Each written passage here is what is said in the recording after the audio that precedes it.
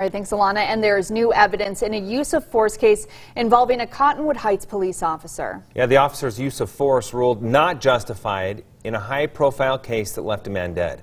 ABC4's Nick McGurk with the latest on the decision from District Attorney Sim Gill. The protests were heated 2 years after Zane James was shot and killed by Cottonwood Heights police. Signs of defund the police, opposing demonstrators with firearms and Trump signs. And now, 4 years later, new revelations about what happened before the shooting, which had already been ruled justified by District Attorney Sim Gill. This other part of the other use of force was never presented to us because we were never aware of it. That other part of the use of force, information that the officer had hit Zane James with his patrol car, James on his motorcycle, then later shot and killed by that officer.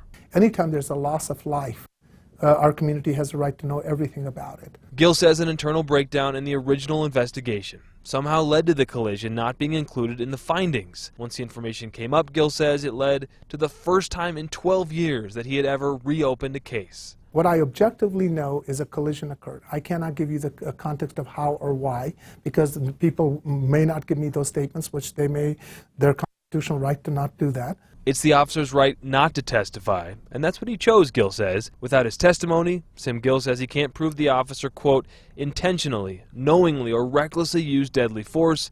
Therefore, no criminal charges will be filed.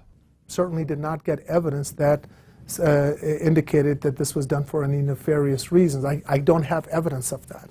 So if I was to look for filing of criminal charges, I can't get there. Nick McGurk, ABC4 News.